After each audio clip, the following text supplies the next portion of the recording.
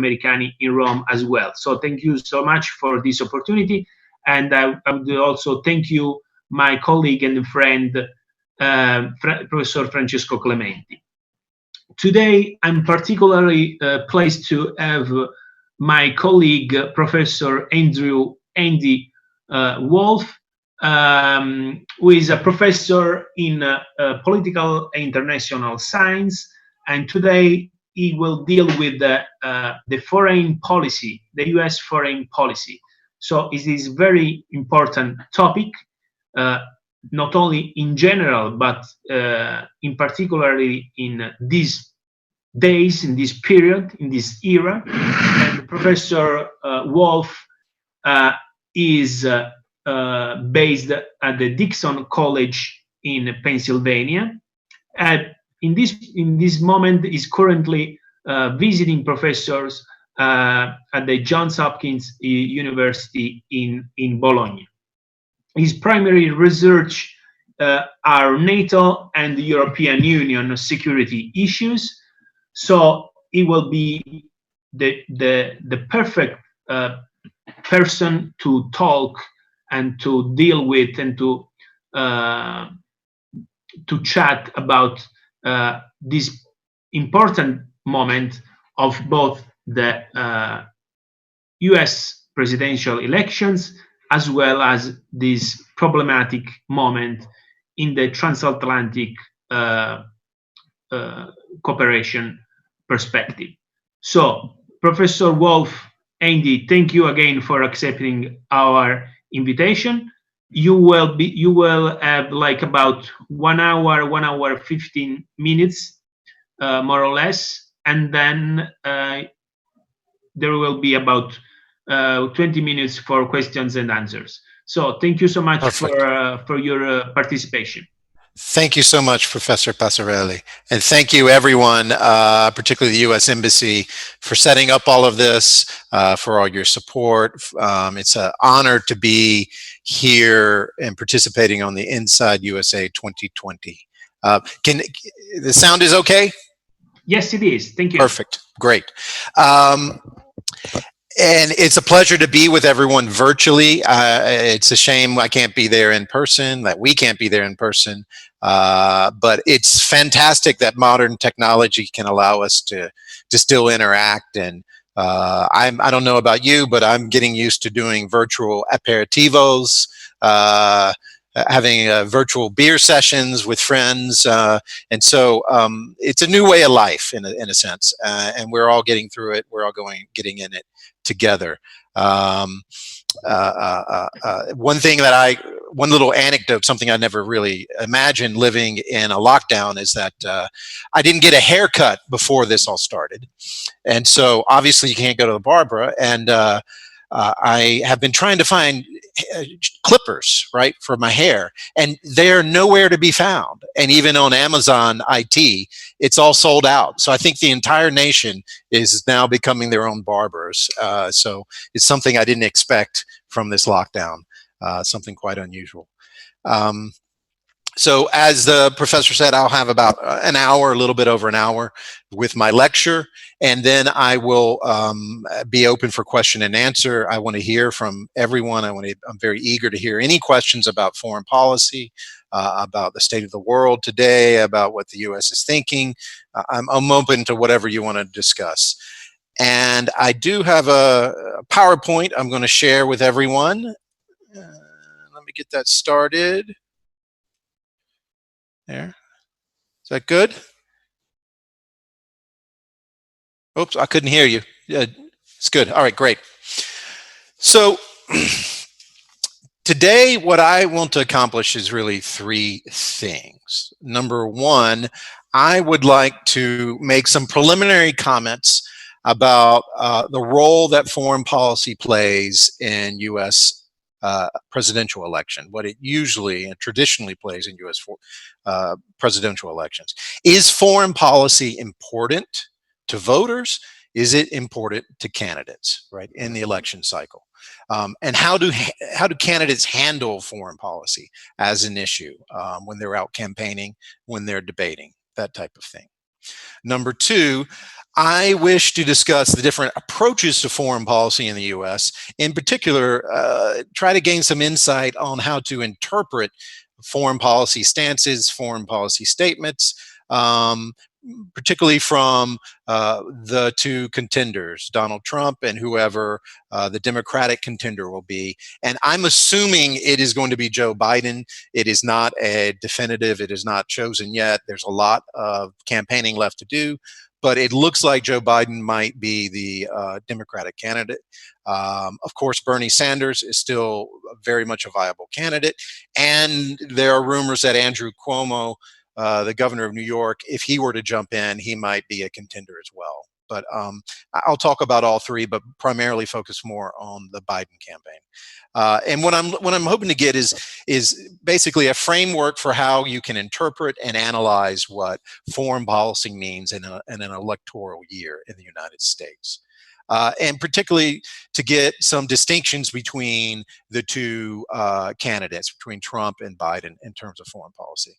And number three, I want to touch upon some recent and significant foreign policy issues and highlight some that may play a role in the election this year. In particular, I'll be talking about China and the role of China, as well as transatlantic relations, which all of us here are very keen on learning about and following. So, and I hope to give a little insight on what to expect might change after November 3rd, right? How, particularly towards Europe, how the U.S. will change its behavior, no matter who gets in office. And I'll talk about all of that. Okay, before I can really jump into those three things, I need to talk about a massive caveat, a very big asterisk, okay? And that is this, the coronavirus outbreak and the election. Before this outbreak, the election of 2020 was already going to be an unusual election, primarily because Donald Trump is an unusual candidate. He's an unusual president. He's the first time the U.S. has ever had a president that hasn't had prior experience in office or in the military. He's a businessman, not much government experience. Of course, he's gained it over the last 4 years, but he is a unique figure in American history. And so that was going to make a very interesting election cycle. The coronavirus outbreak has totally redefined the election, right? And has had a major impact so far. For example, 15 primaries have been shut down because of this outbreak. And they've been delayed either to late May or June. The outbreak has completely sucked the life out of campaigns. Joe Biden is effectively housebound. He's confined to his house. All candidates, more or less, cannot campaign. They can't go out and shake hands. They can't kiss babies. They can't do the things that candidates usually do in a normal election year. And they're not going to be able to do this in April at all, which is the peak campaign season in terms of the primary, usually. And if we're lucky, they'll start to be able to campaign in May, but there's no guarantee of that, okay? So already this is going to be highly unusual. And the Democratic Party has already delayed their national convention, which was scheduled in mid-July in Milwaukee, Wisconsin, and that is now going to be mid-August. And these conventions are a gathering of about 50,000 people, media types, delegates, party officials, and this is where candidates are formally confirmed to be their party's nominee. And it's quite important. It's very important. And so I can't imagine not only a delayed convention, but what this might mean in terms of the electoral cycle. Basically, the coronavirus is changing the entire tenor of the election. And I think this election is going to become a referendum on how the government handles the outbreak, right? Meaning what transpires, how the government reacts, and we're still actually in the early stages of things. Voters are going to be very keen on, and they're going to make decisions in the voter booth according to what occurs over this month and in the subsequent months that we're heading into. To be more specifically, will this hurt or harm President Trump? All right. And I think it's going to be a mandate or a referendum on all government, local, state, Congress, and also the president. But the president will get I would say, the bulk of the attention or blame or credit, depending on what happens.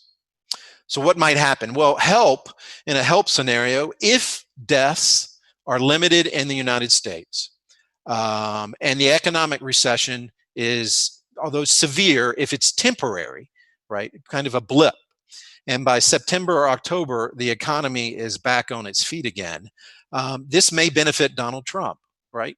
If the outbreak is basically lasts for a couple of months, then Trump might benefit and be seen as someone that successfully navigated the U.S. through this crisis. And he would be riding the largest economic upswing in American history right into the election. And I think that would be from a position of strength, without a doubt. Harm, how could this hurt or harm the president? Well, obviously, if the outbreak goes on longer than September, this is going to be very harmful for the president's reelection. And furthermore, if deaths are on a massive scale, which some are predicting, hundreds of thousands of deaths, then I don't see how the president can actually withstand that bad news cycle. So in terms of foreign policy, in terms of all policy, it's going to boil down to what happens with the coronavirus. And not only that, it's just not going to be a normal election year, in that there is a chance the election will be done by mail, at least in some states, maybe nationwide. That means for the first time ever, voters don't go into a voter booth. They actually have to mail in their ballots. And no one knows what this means in terms of voter turnout. It could mean a massive increase in turnout. It could mean a massive decrease in voter turnout. So we're really in uncharted territory here. So this is my caveat going into this discussion of foreign policy. Okay, so number one, the first big issue about foreign policy's role in the U.S. election.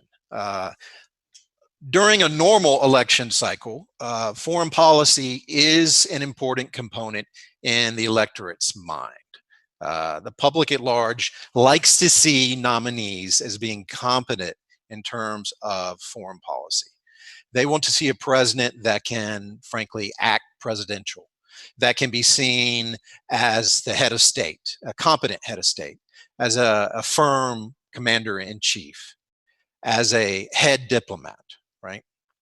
And this is evident by the debate schedule in the fall. So there are always 3 debates between the presidential nominees. That's kind of the standard in modern times. And one of those debates is always solely dedicated to foreign policy.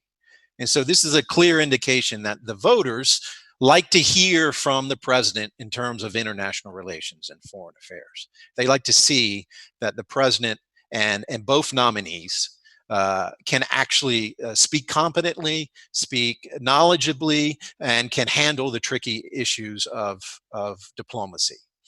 That being said, on another level, and I think this is a more widespread level, Americans do not decide who will be their national leader according to foreign policy stances, right? It's domestic policy that matters. It's not foreign policy. There are elections where foreign policy matters quite greatly, but I think the norm, the standard in modern times is domestic policy trumps foreign policy. And there are numerous surveys and public opinion polls that show this over and over again. And what I have here on the screen is something from the Pew Research Center, which I respect greatly. They do some great work in terms of foreign policy. And this is a poll from September of US adults. The findings were not published until December. And of course, this is probably already old, but it's still very good information. And what you see here is a ranking of priorities in terms of issues that the voters are concerned with. And then you look at the top 4, they are all domestic issues, right? Healthcare, drugs, education, the deficit. That's all domestic policy. Climate change could be a little bit foreign policy and domestic, but then economic inequality, racism. And what you see here is that the voter really is concerned about bread and butter issues that deal with their bank account, would deal with their own home setting. And foreign policy, whether it's terrorism or illegal immigration, is just not as important as other issues. And if you look at job opportunities, which is seen as the lowest ranked here, that's going to shoot up to number 1 because of the coronavirus outbreak.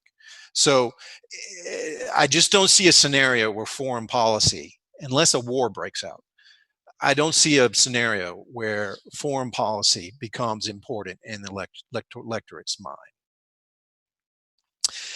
Something else that I did to prepare for this lecture is I looked at Donald Trump and Joe Biden's website, and I tried to tally up their emphasis on foreign policy.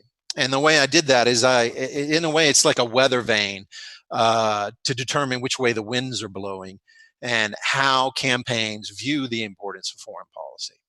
And in Donald Trump's website, of the 14 policy issues that he highlights, only 2 deal with foreign policy. So 2 out of 14 policy areas only deal with foreign policy, and that's national defense, counterterrorism, right? And these and on the Trump website, it's in under the moniker of promises kept. That's the way he's framing this. Now, with Joe Biden's campaign, he has 25 policy issues that he highlights, and once again, only 2 deal with foreign policy, right? And that deals with trade and sort of restoring national American leadership in the world. So you see here that the campaigns really don't put foreign policy front and center, and they are focusing on domestic issues. And that being said, foreign policy is important for them in the sense that they have to be seen as competent. So they have to hire foreign policy experts. They have to issue policy papers. They have to have surrogates that are very knowledgeable on national security, international affairs. But they know deep down this is not what's going to get them elected, right? You can see this in recent history, right? The last 4 presidents went into office being very, very weak, extremely weak in terms of foreign policy experience when compared to their competitor, right? Bill Clinton, 2-time governor from Arkansas, spent 1 year in Oxford. He was from Middle America, a governor, very little foreign policy experience, and arguably he was running against the incumbent president, who probably is one of the 20th century's greatest foreign policy presidents. George Bush Sr. was former director of the CIA, was a House of Representatives. He was a vice president. He also was a war hero. I mean, he really made his mark in foreign policy. And yet that didn't seem to matter in the election very much. 2000, the same pattern repeated again. George W. Bush, a governor from Texas with very little foreign policy experience, and Al Gore, who was a long-serving senator with foreign policy expertise, and then, of course, 2-term vice president. And Al Gore spoke repeatedly about his ties to international leaders, and that did not seem to sway the electorate very much. Pattern repeated itself again in 2008, where you have John McCain, the Republican nominee, and he was a 4-term senator at the time, former war hero. He was the chairman of the Armed Services Committee in the U.S. Senate. A wealth of foreign policy experience. And Barack Obama was a 1-term senator, former community activist with very little foreign policy experience. And then, as you are all aware of, in 2016, Donald Trump versus Hillary Clinton. Hillary Clinton basically ran on her experience. She talked about the 3 a.m. call in the middle of the night. The fact that she was Secretary of State, she had been senator, she had been the First Lady, and that she is the one that can sort of navigate the country through diplomatic affairs. And Donald Trump, being an international businessman, he didn't have much diplomatic experience in government at all. And again, that didn't seem to sway. That was not a persuasive argument for the electorate. I think going into this election, if it's Biden versus Trump, their foreign policy experiences will sort of negate each other. I don't think it'll be much of a big factor. And if someone like Andrew Cuomo becomes the nominee, it's not going to hurt him that he doesn't have much foreign policy experience, right? It's not going to hurt. And it's not going to help the president either. I say all this because in my mind, foreign policy is important for the electorate in the sense that the electorate wants the optics of foreign policy competency. They want the president to be seen as someone that can do foreign policy, but the actual tone, the actual substance of foreign policy doesn't really matter that much, right? That's the way, in my mind, I think about foreign policy in elections. It's important, but mostly inconsequential. Okay. Let's go to looking at different approaches to foreign policy, right? And the reason I talk about approaches, or I want you to be aware of approaches, is so that you can understand the differences in the public in terms of foreign policy stances, and the differences between the parties in terms of foreign policy stances, and get a better insight on how to interpret news, interpret policy statements, the debates, and put it into some sort of framework that is much more useful than just listening to what the candidates are saying. So you can, in a way, you can understand what's going on behind the scenes, right? And what you need to know is that the American public is divided on some foreign policy issues, right?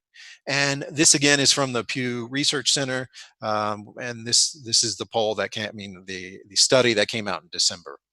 So you have a difference of opinions on national interests versus the interests of others, as well as diplomacy versus military strength, or military diplomacy, or strong military. Okay.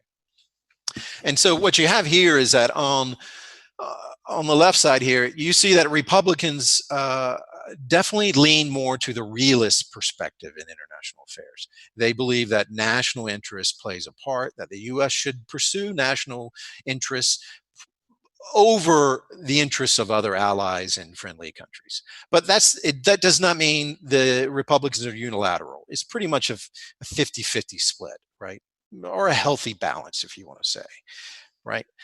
But if you look at the Democrats below, what you see is a big skew to the right, meaning that they do not like the idea of the U.S. pursuing national interests. They want to be much more multilateral. They do not like unilateralism. They want to be internationalists, right? And remember, this is a poll of the voters. This is not a poll of politicians or bureaucrats. It's of the voters. In terms of military strength, you see the same sort of approach. You see Republicans more or less being balanced, saying we need military strength or military solutions in terms of foreign affairs, whereas we also need good diplomacy. It's a little bit of both. Where the Democrats, you look down below, it's skewed all the way towards good diplomacy. They do not want to admit, at least the electorate does not want to admit on the Democratic side, that the military should have much sway in terms of ensuring the peace. It's about diplomacy. Attitudes towards internationalism, you can see this split as well. And what you see here is that the U.S., you have a balance between inward focus and outward focus. And you see that Republicans are slightly more inwardly focused than outwardly focused. And I think in the media, Republicans are sometimes portrayed as isolationists, but if you looked at the electorate in surveys, that's not necessarily true. It just means they're more isolationists, in a sense, than Democrats. But it's not like they're overwhelmingly isolationist. They want to be engaged in the world, but a slight majority think that the attention should be on national issues. Whereas Democrats, it's skewed much more towards internationalism, but in no way is it isolationist. But there is an element there within the party that does want some focus on sort of home affairs rather than foreign affairs. And remember, this is of voters. This is about voter attitudes, not about politicians. And I say that because I think politicians have a different view on this, right? And I think there is a schism between the electorate and the sort of the professional political class on foreign policy attitudes. Now, when I teach American foreign policy to my students at Dickinson College, I tend to persuade students that they should move away from looking at foreign policy from the lens of Republican versus Democrat, right? And the reason for that is because in terms of foreign policy, that dichotomy doesn't make much sense. It's not a useful heuristic. It's not a useful lens for viewing American foreign policy, right? For example, what exactly is Republican foreign policy, right? The common wisdom would say Republicans are strong on defense and they're free traders. Well, Donald Trump doesn't quite fit that mold. He's not a free trader. He's strong on defense, but not free trade. And if you look at the Democratic Party, Bill Clinton and Barack Obama were both strong on defense and free traders. So why aren't they Republican in terms of foreign policy, right? And moreover, both Clinton and Obama initiated wars or military engagements, Clinton in the Kosovo War and Obama in the Libya War. And so it's not like one party is pacifist and the other is not, right? So for me, the party and the partisan distinctions don't really illuminate what's really going on in terms of foreign policy, right? It's a poor measuring stick. Instead, what I'm showing you here is some research or a paradigm produced by Walter Russell Mead. He's a professor at Bard College. He used to be at Yale University. And this is from his 2001 book called Special Providence. And what he has done is created a way to look at America's foreign policy from at least 4 policy traditions or schools of thought, right? He admits there are more schools of thought, but these are the 4 main ones. And what is happening is that these 4 interest groups, so to speak, are vying and contending with each other for control of U.S. foreign policy. They want to influence the direction that the U.S. goes into the world. And sometimes they team up together with other schools. Sometimes they are fighting with other schools, right? And so let me go over this real quickly so you understand how this is a more productive analytical tool for understanding foreign policy in the U.S. Named after 3 presidents and, of course, Alexander Hamilton, you have the Hamiltonians, Wilsonians, Jacksonians, and Jeffersonians, and they represent different traditions. Hamiltonians are really big business, commercial concerned foreign policy, right? They believe in a strong federal government. They believe in an active and engaged U.S. military. They believe that the military should be used to increase America's economic interests and trade interests. They think finance and banking is an important part of U.S. foreign policy. This would be geoeconomics you could talk about. This is an economic-driven foreign policy, a foreign policy run by Wall Street, so to speak, right? And it's a very popular, and it has been a very significant foreign policy tradition in the U.S. for decades and decades. Next, you have the Wilsonian school, and think of them as a moral-driven foreign policy. They believe the U.S. should be promoting its ideals in the world and actively spreading American ideas about democracy, human rights, etc. They want an active and strong federal government. They want a strong military. They have no compunctions about using the military to intervene in countries where democracy is threatened or being subverted or for human rights issues. Think of Bosnia, think of Kosovo as examples of this, or even interventions in Somalia under George Bush Sr. So it's a moral-driven or a values-driven foreign policy. And it is also a very popular school. It has a lot of sway. Next up, you have the Jacksonians. The Jacksonians are a folk or a people-based school of foreign policy. It is populist, a populist-driven foreign policy. They do not want to go out and transform the world. They do not want to espouse values throughout the world. However, it's sort of an honor system. And yes, there is an honor system in the United States. All you have to do is go to your local bar in the U.S., particularly in sort of places like Texas or where I'm from, Georgia. You bump into someone with a beer. If you don't buy them a beer, you're going to be in trouble, right? It's this idea of don't mess with Texas, don't mess with the United States. If a country treats the U.S. fine, we are friends. If a country betrays the U.S., deals underhandedly with the U.S., provokes a sneak attack, then the wrath of the Jacksonians are raised up. Is sort of the middle America, the rural areas of the U.S., and the U.S. will be ruthless in trying to pursue a foreign policy that opposes that country that provoked America. It is somewhat isolationist, it is protectionist for sure, and it was very popular during the 19th century, not so in the 20th and 21st century. Finally, you have the Jeffersonians. The Jeffersonians are also, like the Jacksonians, believe in a limited federal government. They believe in decentralization. They believe the U.S. should be led through, should lead in the world through example, right? It is a constitutionalist driven foreign policy. Their focus is that it should be on the homeland. Their focus is on developing and perfecting democracy in America. And that will be an attractive force for others in the world to copy and emulate, right?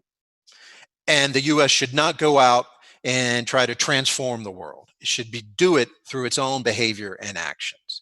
And this school tends to also be highly isolationist. Okay. So using this sort of construct to look at today's election campaign,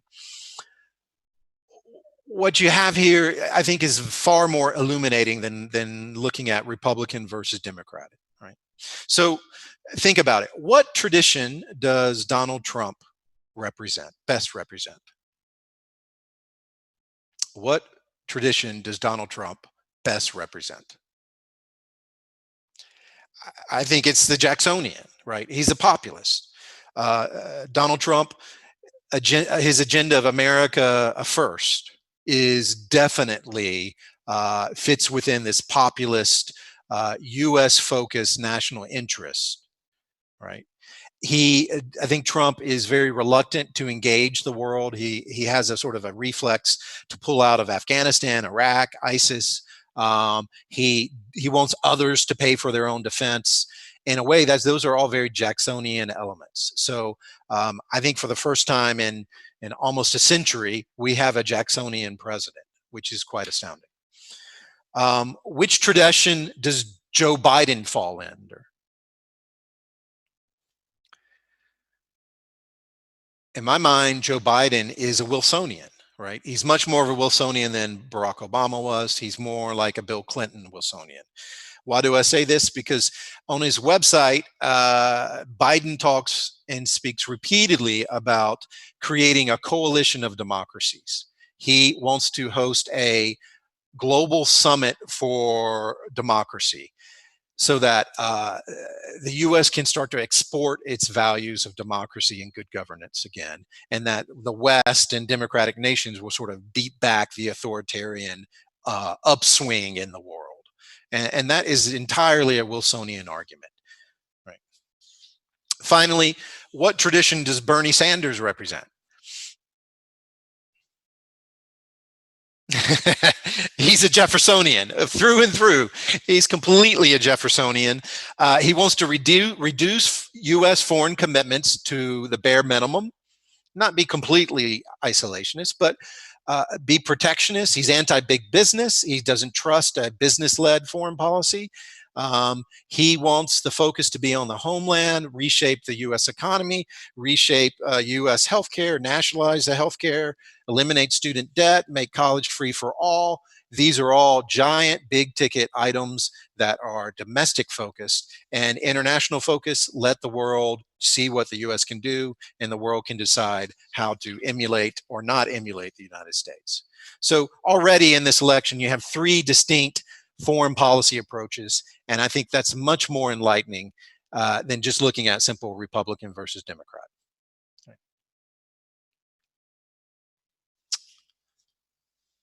All right. Let's get to some specific candidate differences in terms of foreign policy, right? And I imagine most of you would probably know this, but I think it is helpful to review it and think about it in terms of what these candidates represent, particularly if they get into office. What the foreign policy of Trump, what the foreign policy of Joe Biden would mean and look like after November 3rd, 2020, or when they come into office in January 2021. There are going to be obviously significant differences between the two candidates. But I think for Donald Trump, what's going to happen is that if he gets reelected, he is going to be unleashed. And that might be a scary word for some of you, but I think it's very much true. What it means is he is going to proclaim he has a mandate, right? Because 2016, he won the Electoral College, but he didn't win the popular vote. And then there are accusations that Russia meddled in the election and helped him get elected and that type of thing. But if he wins a second election, he's going to say, look, the American people have spoken. They now trust me. There's no question that they trust me. And I have the international experience. I have the mandate, and I can make things happen on the international stage. And so he's going to be much more assertive, much less timid, I think, and with his generals, with his advisors, with other world leaders.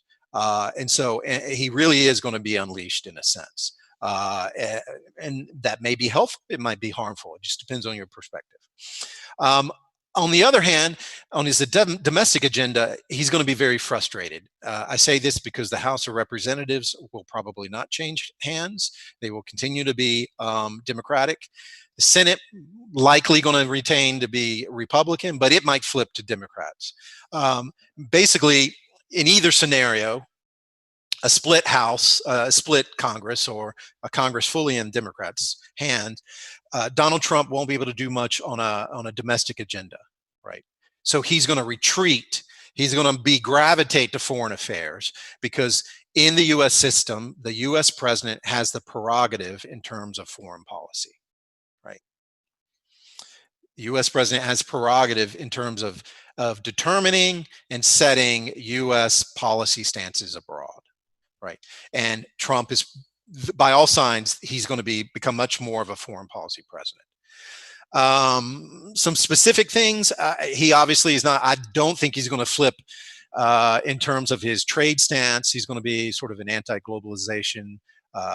In one area, I think he will pursue free trade. That'll be a caveat, and that's with Britain. And if he's reelected, I don't see why this couldn't come to fruition. And it makes economic sense if some serious technical issues are overcome. I think he's going to be more hawkish on China, more than he already is. I think the coronavirus outbreak is going to make the U.S. and the political class want to blame someone, and the blame will be China. So that will be something Trump will pick up on. I think his reflex will be softer on Russia. He might want to lift sanctions on Russia. And if he wins a re-election, I think he will be sort of unbound to do those type of things. Right? And of course, he will continue to be anti-immigration and pursue those policies. All right. Now, a Biden president. Yes, I'm not talking about Cuomo. I'm not talking about Sanders. I'm basically assuming that Biden will be the candidate, although it's not a certainty at all at this point in time, but it looks that way. According to his website and his policy statements, he talks about restoring American leadership. And this is straight out of the Obama playbook. In fact, it's plagiarism in my mind. He should probably be brought before a panel for academic plagiarism, because this is from his vice presidency with Barack Obama. It's the exact same wording that Obama used when talking about George W. Bush and when he came into office in 2009. Basically, the tone is Biden is asserting that the U.S. will now, under his administration, will restore the damage done by Donald Trump in his mind, right? That the U.S. can now play an active and helpful role, and he can reassure allies and create all sorts of new initiatives, right? And relieve anxieties about a populist president in office. That being said, there's going to be a lot of some undercurrents that are going to cut against that, right?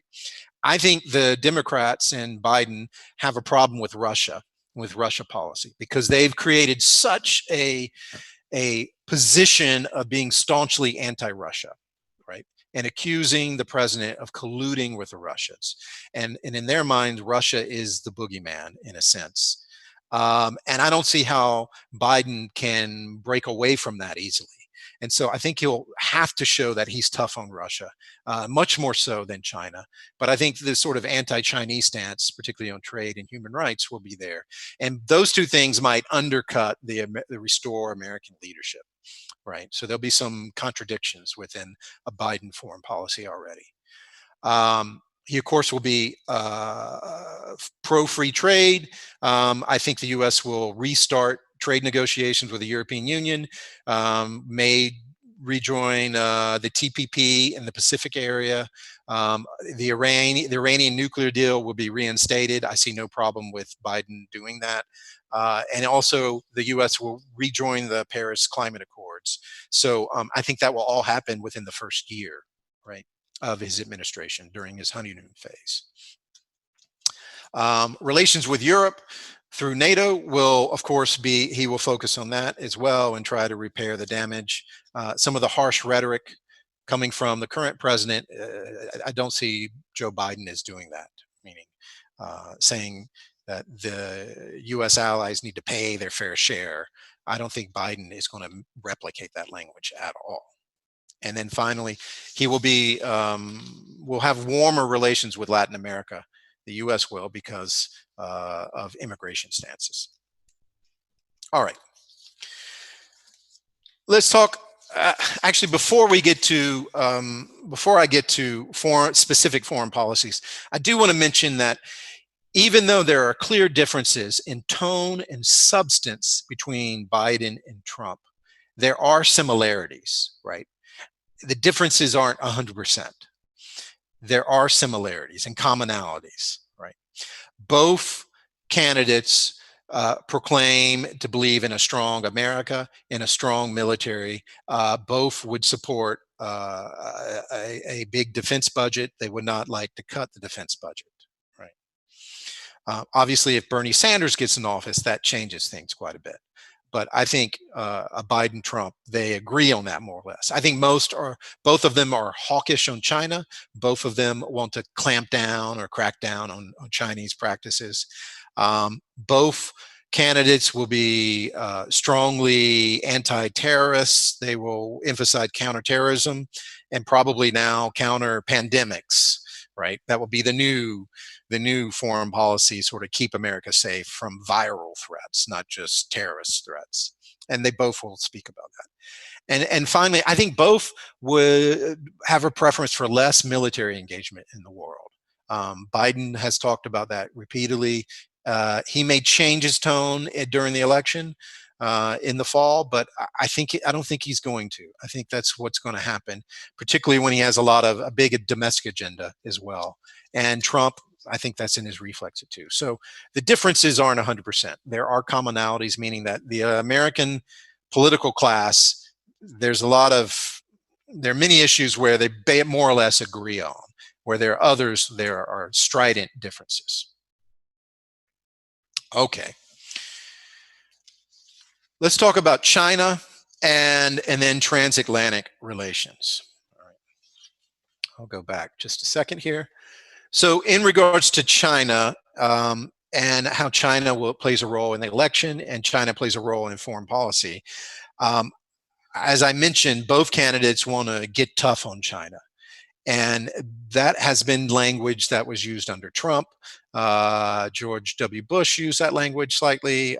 Barack Obama's pivot to Asia, although he didn't use that terminology of getting tough, the pivot to Asia basically included this idea of somehow containing or constraining China. What is really going on here?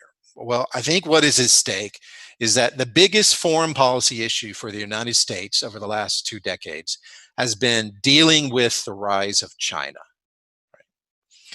The U.S. military recognizes China as America's main competitor in terms of security. In economics, the U.S. And China is its main competitor in terms of economic power. What's at stake is maybe America's long-term position in the world, right? As China grows economically, militarily, politically, it's going to have more influence, more sway in the world, and that is worrying both Democrats and Republicans in Washington, D.C. And Graham Allison, who is a professor in America, wrote a pretty controversial book a couple of years ago, about 2 years ago, 3 years ago, called The Thucydides Trap.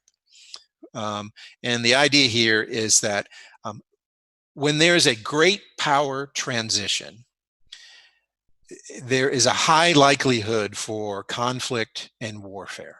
It doesn't have to happen, but it tends to happen. And if China is rising and the United States is declining in power, the US being the hegemon of the world, and now we're moving into a multipolar world, and which means China is gaining an influence, there is the danger that China and the US may, the frictions and the tensions may break out into a conflict, and hopefully that will be avoided. And so that's what's going on between the U.S. and China, and why the U.S. is so transfixed on China in terms of foreign policy. I mean, specific tensions are there are a myriad of specific tensions. Intellectual property theft, human rights violations, aggression in South China Seas, aggression towards Taiwan, accusations of currency manipulation, trade deficit, unfair trade terms, economic espionage, cyber hacking, military spending in an arms race, trade dumping, and greater influence that China is gaining throughout the world, particularly through its Belt and Road Initiative. All of these things are worrying the U.S. political class, and I think the electorate as well. And so I think China really is the number one foreign policy issue for the U.S. right now. And it's quite complicated, too. 75% of the non-oil trade that the U.S. does is with China. Basically, 75% of imports into the U.S., excluding oil, comes from one country. That's China. Right? And China and the U.S. are so interconnected economically, it's hard to segregate those two. Yet there's so many tensions politically, socially, militarily, and even economically. It makes for a very tricky dance for the United States. Basically, business is pro-China. Big business is pro-China in the U.S., whereas the working class is either ambivalent or anti-China, right? Even universities have a problem here, and they are showing and reflecting this tension between pro and anti-Chinese. What am I talking about? Well, in the U.S. over the last decade or so, many American universities have significantly increased their Chinese enrollments, right? Basically, Chinese students are coming to the tune of tens of thousands to American institutions, and they tend to be full pay tuition. And though, if you want to think about it, those Chinese students are subsidizing the poor American students. And once Trump got in office, the amount of Chinese students started to decline in America, right? And now with the coronavirus, it is possible that in the fall there will be zero Chinese students at the undergraduate and graduate level studying in America. That is a huge financial hit to almost every university and college, right? And there are over 3,000 colleges and universities in the United States. And some of them can't survive without the full paying Chinese students. So you see this dilemma is replicated over and over and over again. All right. And Europe, by the way, is also a concern in terms of China, meaning the fear here is that the fear among American political class is that Europe may come under the sway of China. And that fear is evident from the Italian trade deal that was signed with China back in March of last year for to the tune of billions of euros, particularly towards Trieste. The U.S. government was very critical of that trade deal. The U.S. has been critical of Europeans buying 5G high-tech communication equipment from Huawei, and even China donating medical equipment en masse during the coronavirus outbreak is worrying to the U.S. And basically what you see here is China has the ability to give economic aid, and the U.S. is not sending delivery of masks and medical gear, right? Something they probably would have done in the past, but it can't afford to do so either. So you see a China kind of rising in influence and the U.S. declining in influence. And that also, in fact, affects transatlantic relations. And speaking of transatlantic relations, briefly, I want to talk a little bit about how the differences between Biden and Trump in terms of relationships with Europeans. I've touched upon this a little bit, but I want to be concrete. And what we have here is that, look, I think if Trump is reelected, relations with European governments is going to get worse, right? Why do I say that? Because for some European countries, they will see this as a betrayal, that sort of the American electorate, the public at large, kind of lost their minds and reelected Donald Trump, who is very unpopular in the European Union, excuse me, very unpopular in the European Union. This is going to be different for different countries. I think Italy probably won't feel this very much, but Germany will, right? Germany has a very low opinion of Donald Trump, and if he gets reelected, they are basically going to say that the U.S. is a greater threat to German democracy and German society than China or Russia, right? And that's going to be problematic. You're not going to see any movement on trade deals in a Trump second term. You're not going to, maybe except with Britain, you're not going to see any cooperation in international organizations. The World Trade Organization is still going to be log jammed. For example, NATO is still going to be sort of a political bickering ground between the allies. There's going to be no progress on global climate change, which is very important to European governments and not important to the Trump administration. On the other hand, if Biden gets elected, I think overall relations with Europe will instantly get better, and it's because of tone and optics mostly, right? It means that the American electorate will be shifting towards the left, closer to the average European policy stance, right? It means Europeans and the Biden administration will agree on climate change, will agree on human rights, will agree on trade, free trade, will agree once again on the Iran nuclear non-proliferation deal, will agree on cooperation in international organizations and multilateralism.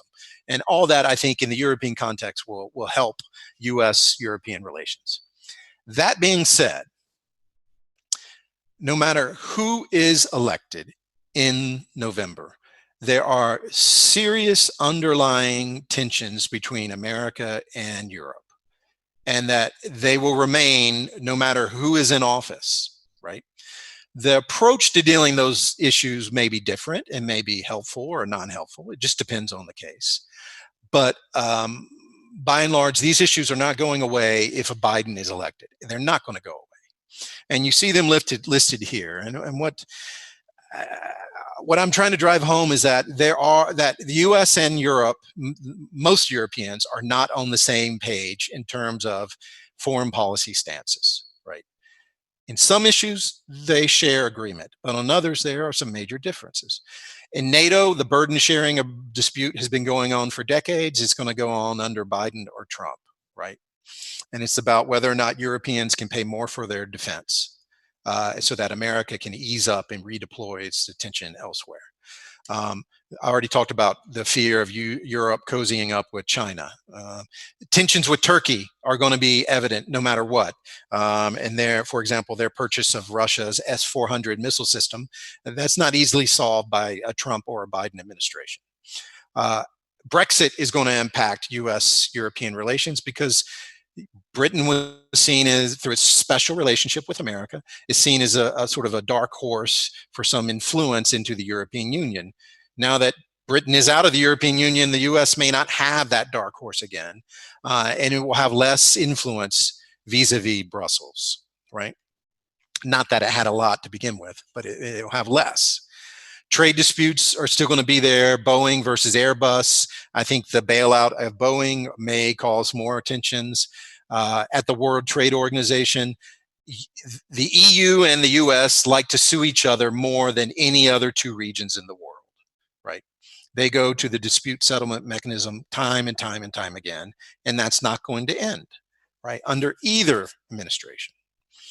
The U.S., I think, wants to pull back from the Middle East, and that will cause tensions and problems for Europeans, right? Can the U.S. disengage? And number two, can Europeans kind of step into the void because of that disengagement? And I don't know if that's possible, and that's going to create political problems, transatlantic political problems. And finally, the Ukraine crisis is still unsolved, a relationship with Russia, and either the Europeans or the Americans or both may want to ease sanctions on Russia in the next 4 years. And so that's going to create tensions on all sides. So in conclusion, I hope you take away just a couple of very simple points from my lecture. Number one, that the role of foreign policy is not big in US elections normally, and it's not going to be big this year, but it still matters, and it still matters to the voters, particularly in perception and optics. Number two, it's important to understand the framing of foreign policy in order to interpret what's going on, right? And I'd like you to get away, if you can, from interpreting a Republican and a Democratic administration in terms of foreign policy. That works on the domestic level. It doesn't work well on the foreign policy level. You've got to find another way to interpret what candidates are saying, what they're doing, because the bipartisan model, there's just too much muddle. It's too confusing. It doesn't make much sense. Sorry, I'm getting a little bright sunlight here. Hold on. All right. Third, I want you to remember that there are significant differences between the Democratic candidate and Donald Trump, more on style and tone, but also on substance. Yet there is some commonality, and it's not 100% differences, right? It's not really a black and white distinction. It's more like a slightly gray and a dark gray difference between the two candidates in terms of foreign policy. And finally, I want you to remember that, China really is the focus of U.S. foreign policy now, and it will be. And there are going to be some persistent tensions in transatlantic affairs. And that's what the next 4 years are going to be taken up with, China and how to manage some of these European problems. Okay. Well, I hope you enjoyed this, got something out of it. I am eager and available to take your questions. And let me stop the screen here. Hold on. Okay. Thank you so much, Professor Wolff. Thank you so much, Andy, for this very interesting and stimulating lesson on the foreign policy. So I invite students to send their questions through the Slack channel. But before, I would leave the floor to Professor Clementi. In the meanwhile, students have time to organize their ideas better. Professor Clementi.